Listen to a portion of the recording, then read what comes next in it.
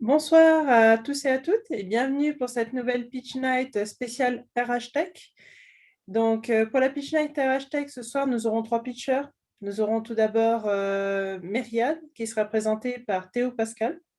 Donc, Myriad propose la première plateforme tout en un pour l'expérience employée, bien-être, cohésion et RSE. Grâce à Myriad, vous pourrez unifier en un seul endroit vos actions pour créer une expérience collaborateur hors du commun. Leur slogan, c'est une myriade de possibilités et leur objectif, c'est trouver des clients et des investisseurs. Nous aurons aussi Gopher, donc Gopher qui sera présenté par Marc Tessier. Donc Gopher, c'est la première plateforme digitalisée de travail temporaire spécialisée dans les métiers de la construction. Donc sur Gopher, vous obtiendrez les intermédiaires qualifiés dont vous avez besoin avec la confiance qu'ils ont, le bon savoir et dématérialiser complètement toute la documentation associée jusqu'au pointage. Donc sur Gopher, les workers ont les missions qui correspondent à leur métier, la maîtrise de leur paye et de leurs heures. Le slogan de Gopher, c'est Connect Workers. Leur objectif, c'est le but de leur pitch, c'est de lever de l'argent nécessaire. Donc, ils sont à 600K pour accélérer leur croissance dans le secteur du BTP. Et donc, après avoir une expérience réussie en 2019 sur le secteur de l'hôtellerie et de la restauration. Donc, c'est un secteur qui est assez prometteur et voilà, c'est un secteur qui est voué à s'étendre. Alors, ensuite, nous aurons Cosmopolitan HR Consulting Service, donc, qui sera présenté par Teddy Andrew. Donc, nous fournissons Cosmopolitan HR Consulting Service fournit des conseils en affaires et en ressources humaines. Donc, ils ont plusieurs années d'expérience dans l'administration d'un large éventail de programmes de ressources humaines, la gestion des risques et les ressources humaines stratégiques, l'acquisition des talents et les mesures liées à la ressource humaine, la direction d'équipes interfonctionnelles avec les meilleures pratiques qui donnent des résultats. Ils sont experts de la conception, de la mise en œuvre de programmes et de l'obtention de fournisseurs et la qualité de la conformité des politiques et des procédures locales, nationales et fédérales. Donc, ils sont fiers de leur discrétion et de leur confidentialité. Donc, voilà. Vous avez du coup euh, une startup qui va pitcher sur le recrutement, une startup qui va pitcher sur le bien-être et une startup qui va pitcher sur les process. Alors, je crois que nous avons des pitchers qui sont arrivés. Elisabeth, est-ce qu'on a quelques pitchers qui sont déjà là ou pas? Oui, tout à fait. Nous avons Marc Tessier. Marc Tessier. Et bien, du coup, nous allons commencer par Gopher. Donc, alors, je rappelle, c'est la plateforme digitalisée de travail temporaire que j'ai présentée juste avant, qui est spécialisée dans les métiers de la construction. Donc, sans plus attendre, je laisse la parole à Marc Tessier. Marc, la parole est à toi.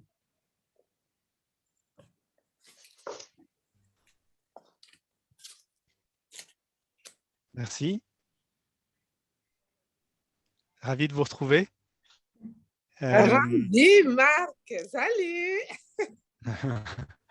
Alors, vous m'avez vu le mois dernier pour la construction et effectivement, je suis sur un secteur à la fois sur la construction et la RH Tech. Aujourd'hui, puisque je vous ai parlé de construction le mois dernier, je voulais vous parler de l'hôtellerie, de là où on a débuté. Et je vais débuter avec un chiffre, 4 millions. 4 millions d'euros par jour. C'est ce que vont dépenser les hôtels et les restaurants dès qu'ils vont reprendre dans un mois en travail temporaire.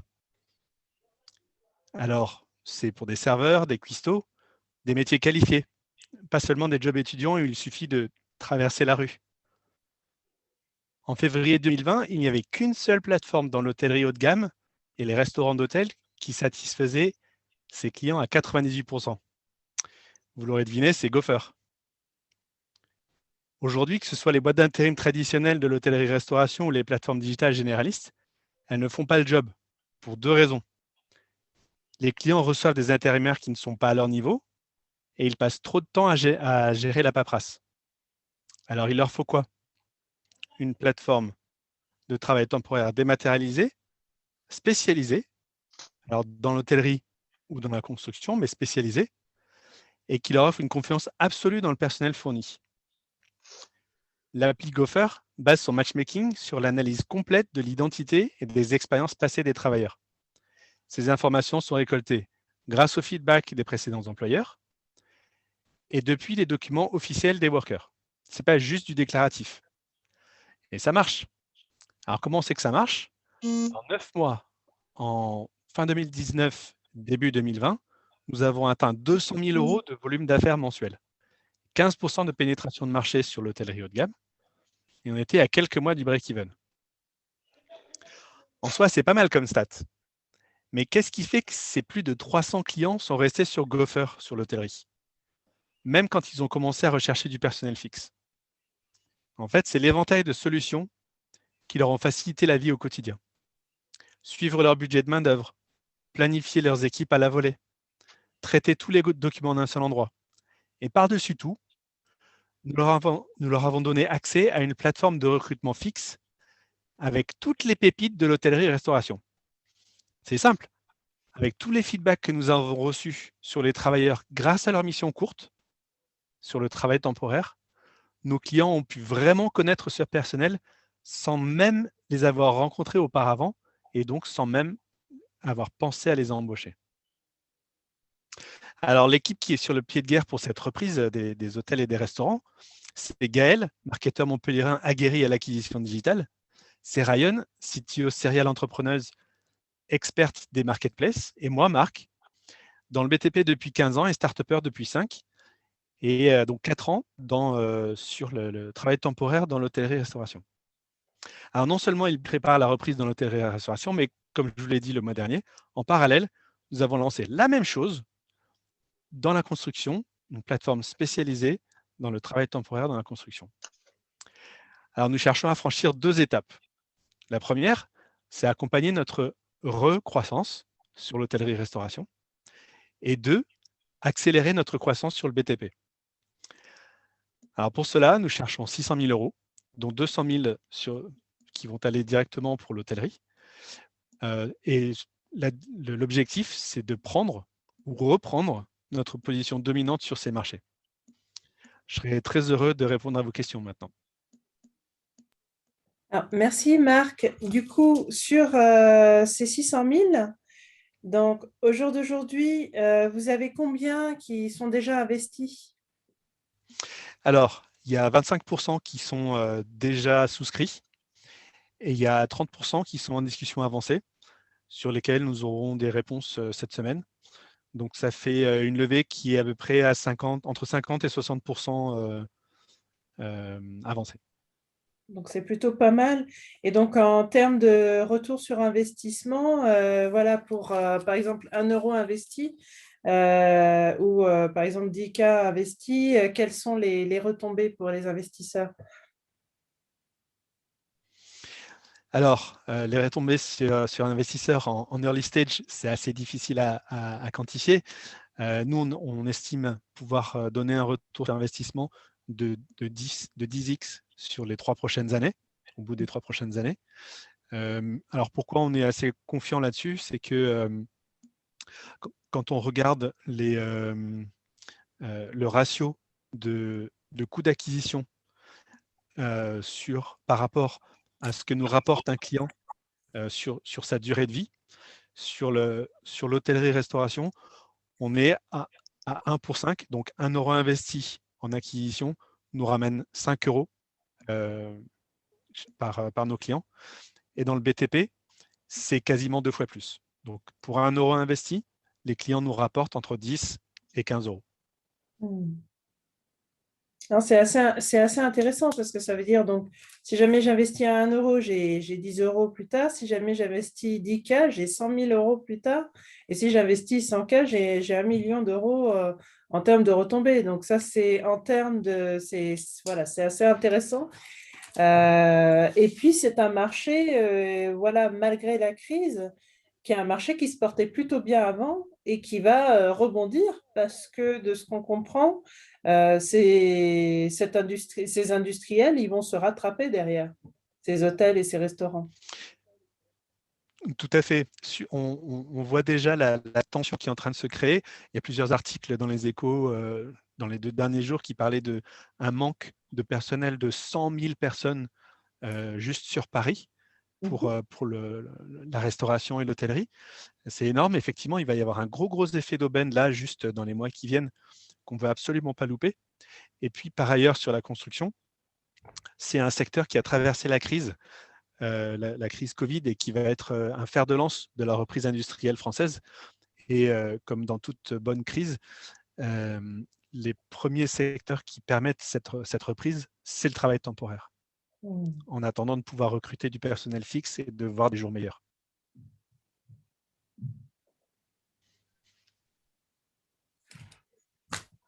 Alors, du coup, est-ce que dans la salle, il y a d'autres questions pour Marc? Oui, bonjour Marc, c'est Jeanne Morrison. Donc, vous êtes Bonjour, dans Jeanne. plusieurs... Bonjour Marc. Je vois que vous intervenez donc dans beaucoup de domaines. Donc, vous nous avez parlé de la construction beaucoup plus en détail la dernière fois. Vous parlez de la restauration plus l'hôtellerie. Et vous parlez donc du recrutement en travail temporaire. Sur quels critères vous vous basez pour recruter pour cette clientèle très haut de gamme des palaces parisiens? Ça m'intéresse beaucoup de savoir comment vous procédez. Alors, il y a une chose qu'on sait, comme disait Socrate, c'est qu'on ne sait rien. Et que nous, en tant que plateforme, en tant que fondateur de plateforme, on n'a pas toute la science qu'il faut pour bien savoir ce que c'est qu'un bon serveur dans un palace, un bon cuistot dans un palace. Et pour ça, on a fait appel aux plus grands experts possibles. Alors, plutôt que de recruter ces experts pour qu'ils donnent un avis sur les personnes qu'on recrute, donc d'avoir des recruteurs experts, on a fait appel à la multitude d'experts qui existent, qui travaillent au jour le jour, à savoir tous ceux qui travaillent avec nos workers au jour le jour. Donc, ces critères, il y en a beaucoup, il y en a presque autant que de personnes qui travaillent dans l'hôtellerie. Et ce qui est important, c'est les feedbacks que chacun de nos clients donne sur les workers.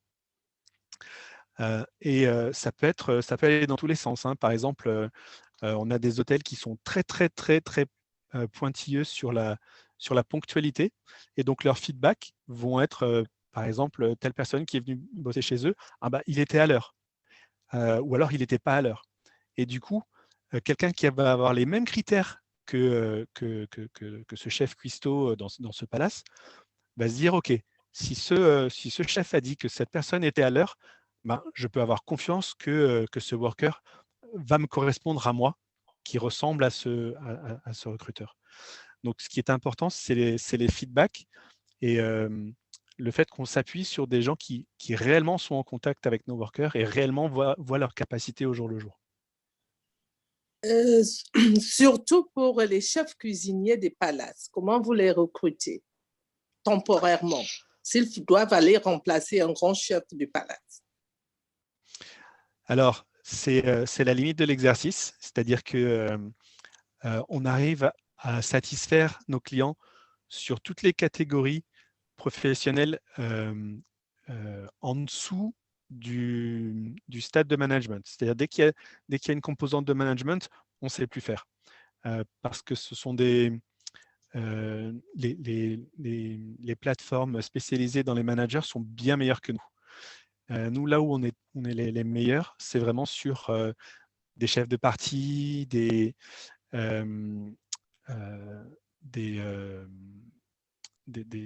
serveurs, plutôt que des chefs de réception ou des directeurs de la restauration ou des chefs de cuisine. Marc, soyez ambitieux. Entourez-vous des vrais experts. Parce que comme vous-même vous avez si bien dit, c'est pointilleux, ils sont très exigeants, vous ne pouvez pas faire à peu près. Moi-même, par exemple, je suis très exigeante. Donc, c'est très important ce point-là. Il faudrait, comme ça va réouvrir, soyez dans le vrai bain. Donc, entourez-vous des vraies personnes pour que vous puissiez donc pouvoir atteindre vos objectifs réellement. Parce que si vous faites de l'à peu près, ça va foirer au niveau des palaces parisiens. Alors- entourez-vous des vrais experts et comme ça, vous allez vraiment réussir à savoir, parce qu'on ne sait jamais, soyez ambitieux, vous pouvez monter en grade pour pouvoir embaucher aussi des grands chefs cuisiniers. Donc, Alors, Jeanne, voilà. je crois que justement dans la levée de fonds, il y a du recrutement côté marque. Tout à fait, tout à fait. C'est du recrutement pour. Voilà, Ah, tout mais à fait. super!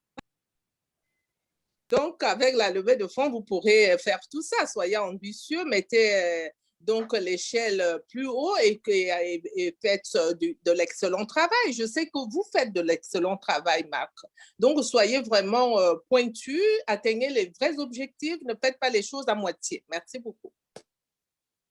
Alors, 4 000 € de marché. Ah, je crois que Théo a une question.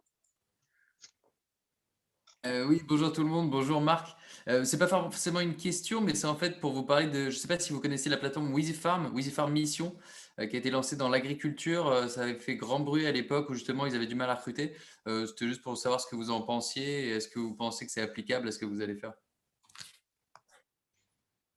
Alors, je ne connais pas en détail, mais je sais qu'il y a plusieurs initiatives qui se sont faites sur l'agriculture. Ce qu'il faut savoir, c'est que l'agriculture, sur le travail temporaire, fait face à une pression sur les coûts incroyable. Et du coup, le réflexe dans l'agriculture, surtout sur la cueillette, c'est de prendre des personnes en travail non déclaré. Et il y a des plateformes justement qui ont trouvé le moyen de faire quelque chose d'aussi peu cher que le travail non déclaré, mais avec des formats justement qui permettent d'être déclarés. Je ne connais pas bien la plateforme que vous mentionnez, mais le format d'auto-entrepreneur est parfait pour ce type de mission. Et je sais que c'est très, très, très exigeant, l'agriculture. Je sais par exemple que Brigade, qui avait été un spécialiste de la restauration, de la petite restauration, avait tenté de faire la même chose sur l'agriculture. Ils n'y sont pas arrivés parce que le personnel était trop peu résistant. Ça marche. Bon courage hein, d'ici là pour la levée de fonds. Merci beaucoup. Alors, est-ce que du coup, il y a d'autres remarques pour Marc?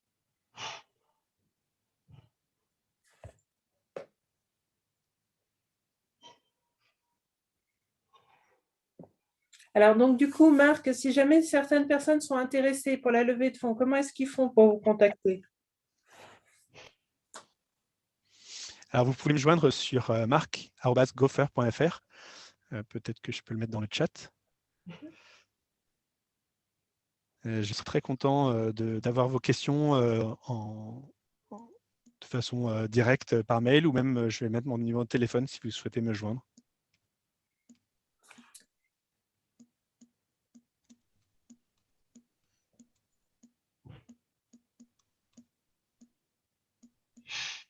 Donc, En voilà. tout cas, si vous avez des questions et des suggestions pour nous faire regagner notre place d'experts et de domination du marché de l'hôtellerie et restauration, je serai entièrement à votre écoute.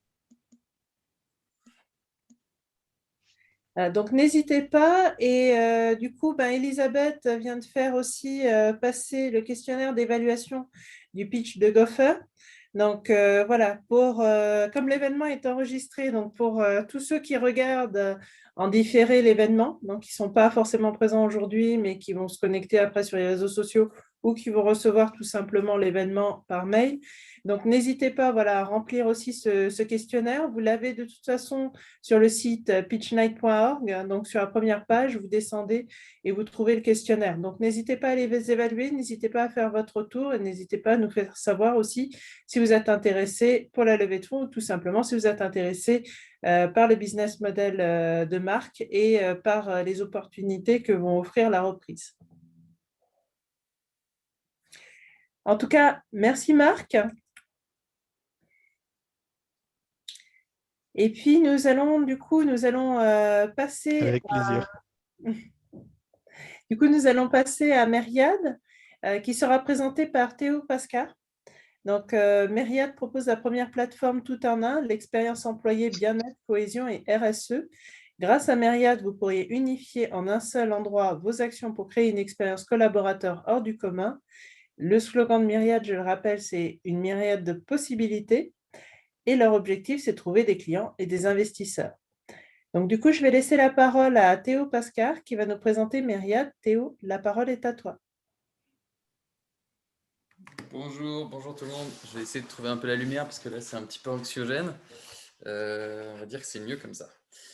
Bonsoir à tous. Du coup, je m'appelle Théo Pascal, j'ai bientôt 30 ans et pour la raison qui m'amène ici, c'est donc pour vous parler de Myriad, qui est une entreprise qu'on a cofondée avec un ami de l'université il y a bientôt 1 an et demi et qui est donc fondée sur le principe qu'on voulait proposer aux entreprises une solution à la fois complète mais aussi abordable et simple à implémenter en matière de qualité de vie au travail. Donc, tout ça, c'était avant la crise sanitaire, le Covid, etc., la généralisation du télétravail. Depuis, il s'est passé pas mal de choses et finalement, on a construit quelque chose qui était plutôt dans l'air du temps et dans les besoins des entreprises. Vous avez probablement, pour ceux d'entre vous qui sont confrontés au milieu de l'entreprise, vu pas mal d'initiatives basées sur le sport, basées sur la cohésion, basées sur tout un tas de choses finalement. Pour Myriad, on a choisi de partir sur une version large, c'est-à-dire qu'on offre un catalogue d'activités digitales dans la poche des employés de nos clients. Donc concrètement, je me permettrai la comparaison d'un petit Netflix, mais sur le bien-être. Quand vous allez dans l'application, vous y trouvez tout un tas de contenus rangés par discipline, en fonction de ce que vous avez envie de faire, du temps que vous avez devant vous, de l'humeur dans laquelle vous êtes. Et c'est comme ça qu'on a commencé Myriad. On a commencé à trouver nos premiers clients qui étaient à la fois des grands groupes, mais aussi parfois des petites startups, des petites boîtes de consultants. Et ensuite, ils ont commencé à nous expliquer que finalement, ce qui était important, ce n'était pas juste que les gens se sentent bien et qu'ils puissent s'occuper d'eux tout seuls dans leur salon en télétravail, mais qu'en fait, c'était aussi de faire des choses ensemble. Et tout l'aspect cohésion d'équipe, de construire des choses, d'avoir des sujets de discussion qui ne sont pas ceux du travail. Et tout ça, c'était hyper positif sur le moral des équipes. Donc, on a commencé à travailler avec nos premiers clients sur des fonctionnalités de type challenge, événement, toujours basées sur le Myriad, l'application avec le catalogue d'activités. Mais cette fois-ci, on leur permettait de faire des choses non plus tout seul, mais ensemble, entre équipes. Et ça a très bien marché. Donc maintenant, aujourd'hui, on se positionne en tant que solution tout en un dédiée à l'expérience collaborateur avec ce gros pilier sur le bien-être au départ, mais sans oublier des côtés plus cohésion d'équipe pour faire en sorte que les équipes fassent des choses ensemble. On est en train de développer aussi des aspects qui peuvent toucher à la RSE, parce que c'est aussi des demandes du côté de nos clients, de pouvoir intégrer des vocations, des missions, en fait, lorsque l'entreprise a pour ambition de faire des actions en matière de qualité environnementale, en matière d'impact sociétal, ce genre de choses, on leur permet de faire des événements qui leur permettront de débloquer des dons à des associations ou alors de débloquer des événements en coordination avec des associations pour planter des arbres, pour apprendre à faire des choses soi-même, pour diminuer son impact environnemental, ce genre de choses. Donc voilà, pour résumer, les 3 piliers, le bien-être des employés, la cohésion d'équipe et l'aspect RSE. Voilà pour la présentation de Myriad. Pour ceux que ça intéresse, vous pouvez la tester dès maintenant si vous avez votre téléphone à proximité sur votre store d'application. Donc l'application s'appelle Myriad, M-E-E-R-I-A-D. Vous pouvez créer un compte, c'est gratuit et avoir accès à vos programmes de test. Donc vous n'aurez pas accès à l'intégralité du catalogue, puisque pour ça, il faut payer un abonnement et ça, c'est réservé à nos clients. Je précise qu'on est un modèle B2B, on ne traite qu'avec des entreprises. Donc, même si l'application est disponible sur les stores d'applications, ce n'est pas notre modèle. On ne sera pas une application grand public, tout du moins pas pour l'instant. Au jour d'aujourd'hui, on a une douzaine de clients grands comptes et on est en pleine phase d'expansion commerciale pour aller chercher plus de clients. On envisage une levée de fonds en fin d'année, mais ce n'est pas forcément notre actualité du moment. Pour l'instant, on se focalise sur l'amélioration du produit et le développement commercial. Voilà. Est-ce qu'il y en a peut-être qui ont des questions à ce stade?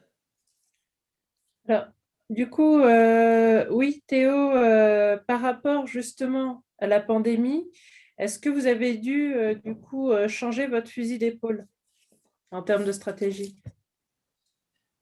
Mais, eh bien, de manière plutôt intéressante, finalement, non, puisqu'on était parti dès le départ sur une solution digitale, puisque ça remplacera jamais un coach qui va venir avec vous dans la même pièce, vous corriger, peu importe la discipline.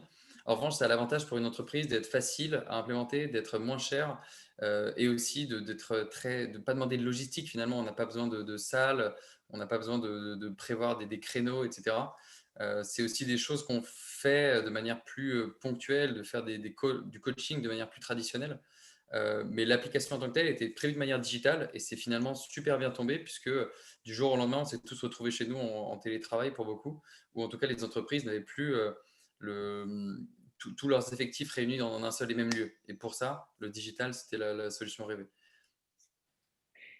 Par rapport aux autres solutions, par exemple du Facebook at Work, finalement, comment est-ce que vous êtes différencié déjà par rapport à d'autres solutions collaboratives qui existent dans les entreprises? Alors, j'ai pas compris celle que vous avez mentionnée.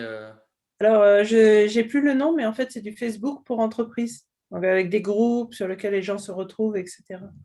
Ok, alors ça, ce serait pour moi une autre verticale, tout l'aspect collaboratif dédié au travail en tant que tel. Ça, c'est quelque chose auquel nous, on ne touche pas, puisque tout ce qui va toucher au travail à proprement parler, il y a des gens qui font ça très bien via les sondages pour mesurer le degré de satisfaction par rapport au management, etc. Donc Facebook, ouais, Workplace, ça s'appelle ça, oui, Facebook Ah. Workplace. Là, c'est vraiment de la collaboration dans les équipes, c'est comme les Slack, ce genre de choses. Ça permet de travailler. Nous, on ne va pas permettre aux gens de travailler. On va permettre aux gens de faire des choses à côté, mais toujours entre eux, dans un cadre professionnel, et bénéficier plutôt d'avantages pour pouvoir mieux faire leur travail, ou en tout cas avoir aussi un peu des bulles d'oxygène, parce que c'est important de prendre des pauses, y compris sur son temps de travail. Donc nous, pour citer des concurrents à nous, on va plutôt s'attaquer à tous ceux qui sont des spécialistes du sport en entreprise, des Gymlib, United Heroes, ce genre d'entreprise qui proposent de se concentrer sur la qualité de vie au travail et non pas le travail. Merci en tout cas, Théo. Est-ce que du coup, il y a des questions dans la salle? Bonjour Théo, c'est Jeanne Morrison. Une question pour vous par rapport au bien-être des employés. Quelles sont les différentes activités que vous proposez pour leur bien-être? Avez-vous des appareils? Comment faites-vous maintenant qu'on est dans cette situation de pandémie? Comment vous gérez tout ça?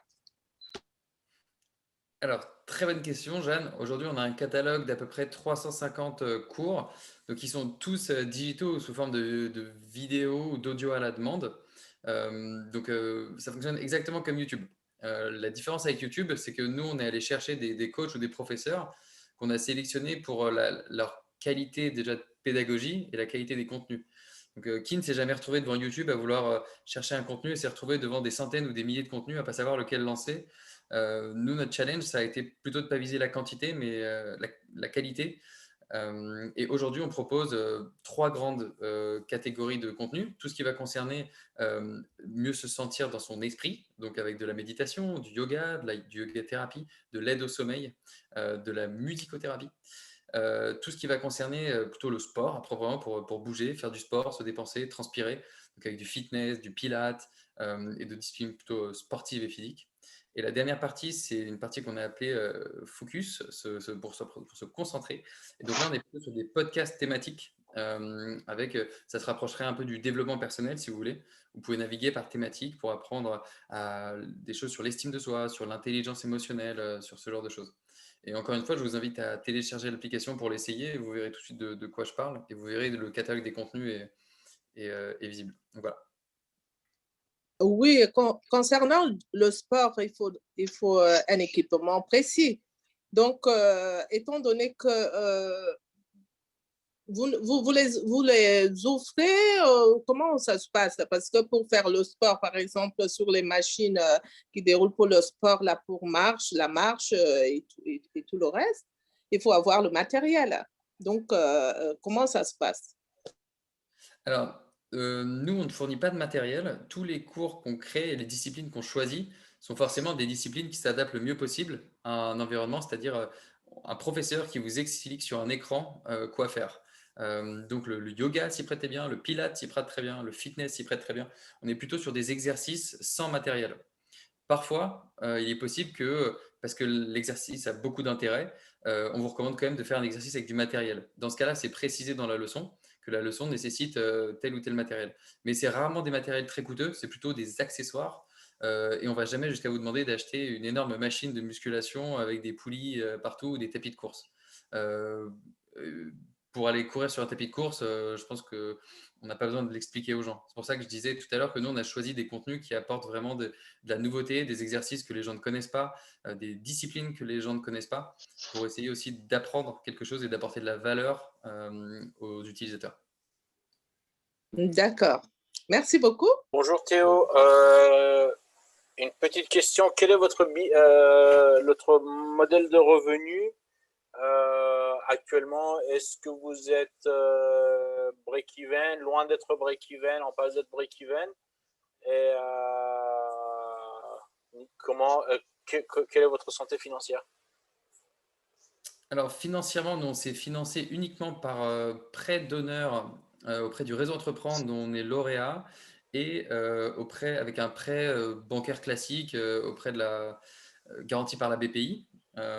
Aujourd'hui, comme je l'ai dit, on est en pleine phase d'expansion commerciale. L'objectif, c'est d'atteindre 150 000 euros de chiffre d'affaires cette année. Avec ça, on serait largement break-even puisqu'aujourd'hui, on ne supporte pas de salaire.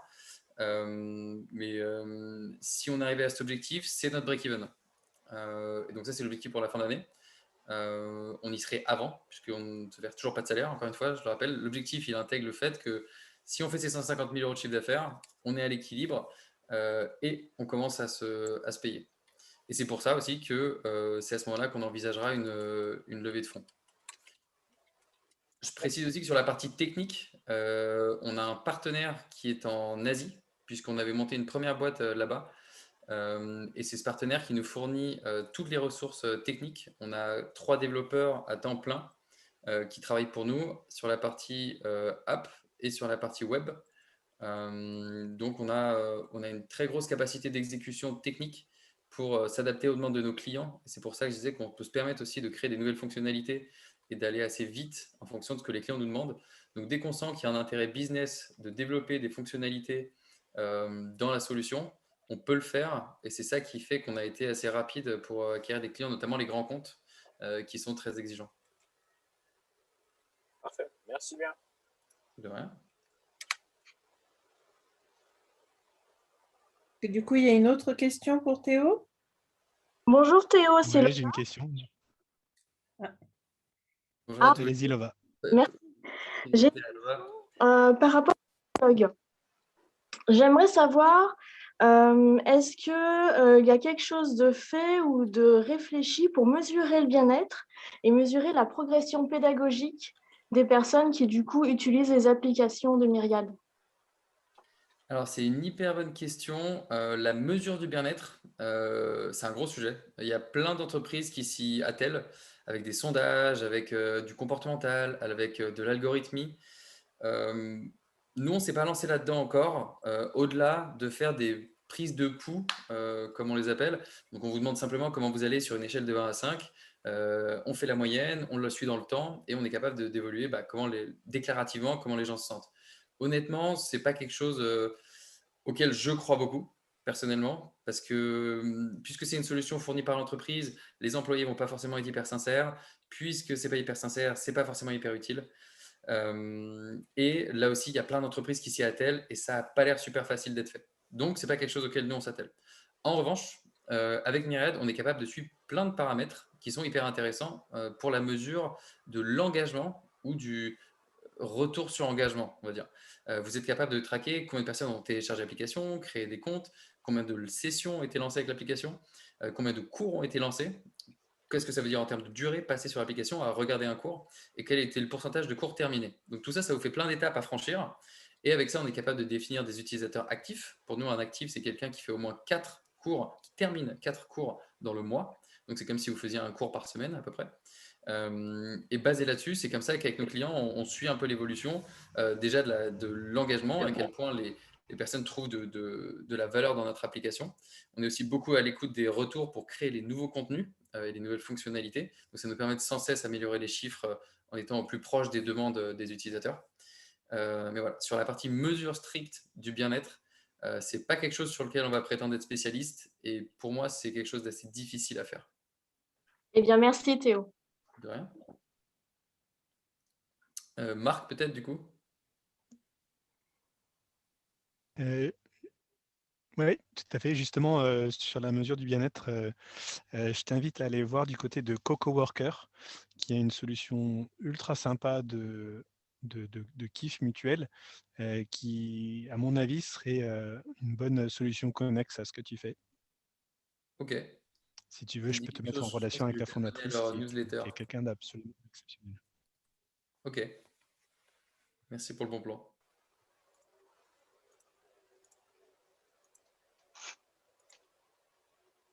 D'autres remarques du coup pour Théo? Alors moi, j'ai une question. Bonjour Théo, j'aimerais savoir quels sont vos principaux concurrents et comment faites-vous pour vous en démarquer, pour les surpasser?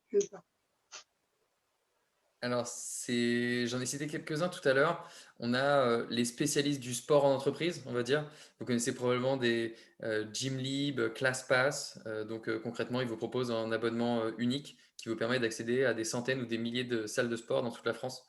Donc, c'est vraiment sympa comme proposition de valeur, mais c'est très axé sur le sport, c'est du physique, c'est relativement coûteux. Ça fait partie de nos concurrents dans les appels d'offres. Vraiment, ceux qu'on va considérer comme nos concurrents, c'est ceux qui font un catalogue virtuel de contenu accessible en illimité depuis son téléphone ou un ordinateur. Et dans cette catégorie-là, je citerai probablement des boîtes comme Goalmap ou Skilleo, qui sont vraiment ce format catalogue virtuel de contenus divers et variés. Et pour nous en démarquer, je l'ai un peu dit tout à l'heure, mais c'est la sélection des contenus qui va faire la différence. Le fait que l'application soit sympa, jolie, etc., évidemment, ça joue. Mais ce que les utilisateurs viennent chercher, c'est avant tout apprendre des choses, quelque chose pour passer un bon moment. Donc, c'est les contenus qui vont vraiment faire la différence. C'est pour ça que nous, on tourne tout de manière exclusive avec nos propres professeurs, nos propres coachs. On tourne, on produit, on édite tout. Et nos contenus ne sont disponibles que sur Myriad. L'autre partie sur laquelle on se démarque, c'est faire plus que juste ce catalogue de bien-être. Et c'est pour ça qu'on a développé la partie cohésion d'équipe. C'est pour ça qu'on a développé des aspects plus environnemental et RSE pour aller plus loin que juste la partie bien-être des employés. Mais le marché, du coup, est énorme. Au jour d'aujourd'hui, est-ce que vous avez une idée du nombre d'entreprises qui ont encore besoin de solutions comme la vôtre? Il y a une croissance énorme sur le bien-être en entreprise, mais c'est un terme très galvaudé. Ça va de solutions comme celle que je viens de citer à mettre des plantes dans les bureaux parce que les collaborateurs vont mieux respirer. Donc voilà, il y a un peu de tout et de rien. On estime que le marché du bien-être au sens vaste est estimé à 4,5 milliards d'euros en France et ça intègre beaucoup, beaucoup de choses. Donc forcément, c'est énorme. Mais c'est surtout la croissance du marché qui va être intéressante pour les années à venir suite à la crise sanitaire et à l'évolution des méthodes de travail et de la manière de collaborer dans des équipes. Et donc là-dessus, ce que vous disiez, c'est déjà vous n'aviez pas été impacté par la crise. Et donc, si je comprends bien, c'est après la crise, au final, en termes de demande, ça va juste augmenter de façon exponentielle. C'est ce qu'on prévoit, oui. Heureusement ou malheureusement pour nous, on était au début de l'aventure lorsque la crise a frappé et on n'a pas pu en profiter tout de suite. Je pense que ça aurait été, en toute honnêteté, oui, une opportunité plus qu'une menace pour nous, parce que notre solution répond aux problèmes que rencontrent notamment les directions des ressources humaines depuis un an dans toute taille et type d'entreprise. Alors, est-ce qu'il y a autre chose à ajouter pour Théo ou pas? Alors, pour ceux qui veulent me poser des questions, n'hésitez pas à m'ajouter sur LinkedIn, hein, je vous répondrai en plus tard, sans souci.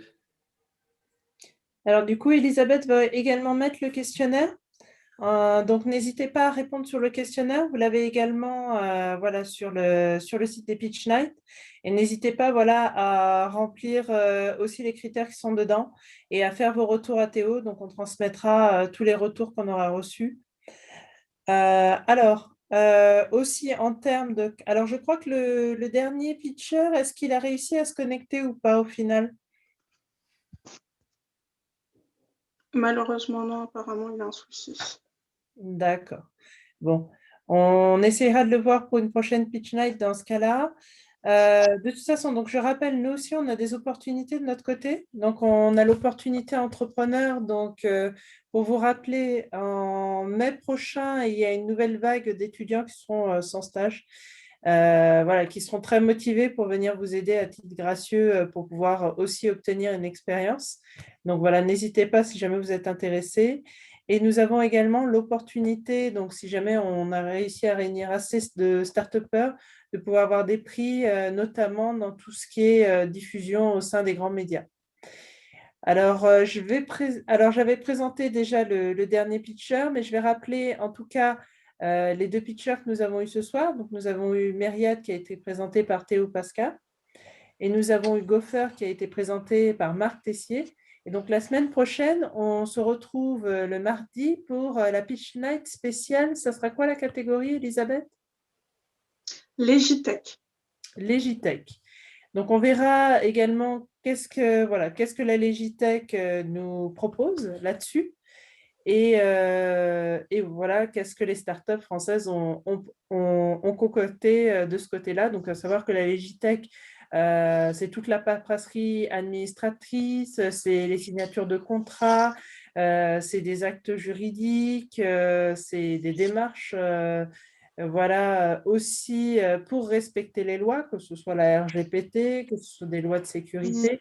Donc, ça englobe tout un tas d'aspects. Et donc, on verra un petit peu quelle est la réponse des startups. Donc, je vous dis, voilà. Je me permets juste d'intervenir concernant les offres de stage pour compléter les dires de Geneviève. Ce sont des étudiants de Bachelor 1 et de Bachelor 2 pour la plupart qui doivent absolument trouver un stage pour valider leur année. L'école propose des alternatives stages, ce qui se permet de ne pas avoir besoin de rémunérer.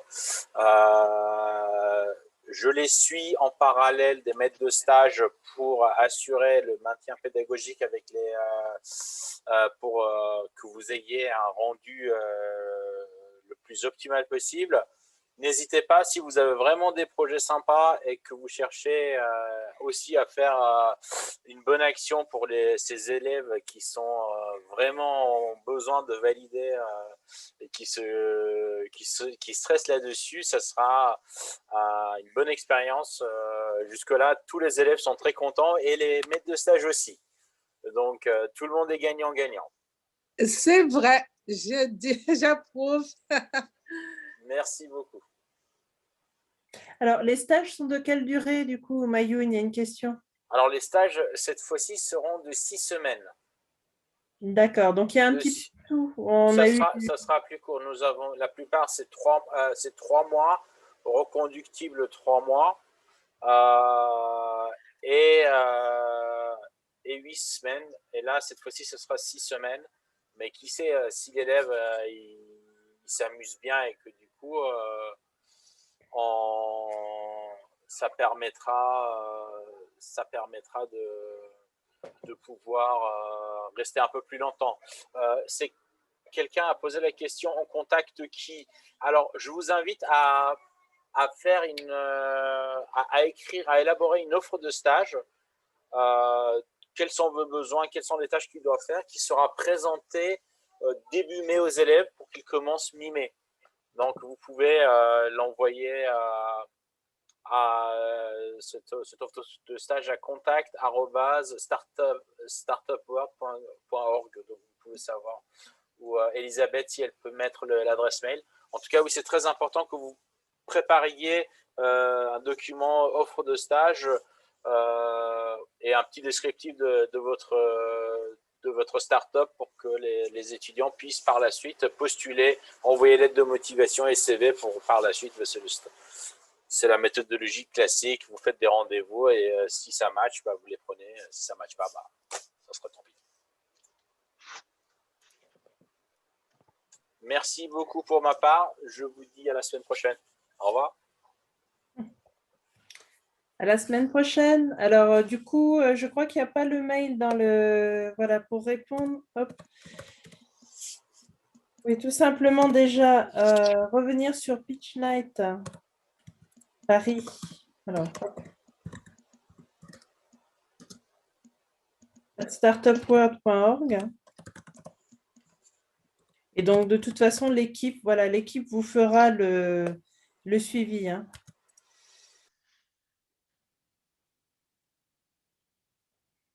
Et donc, mettez bien dans l'intitulé que vous êtes intéressé par l'offre.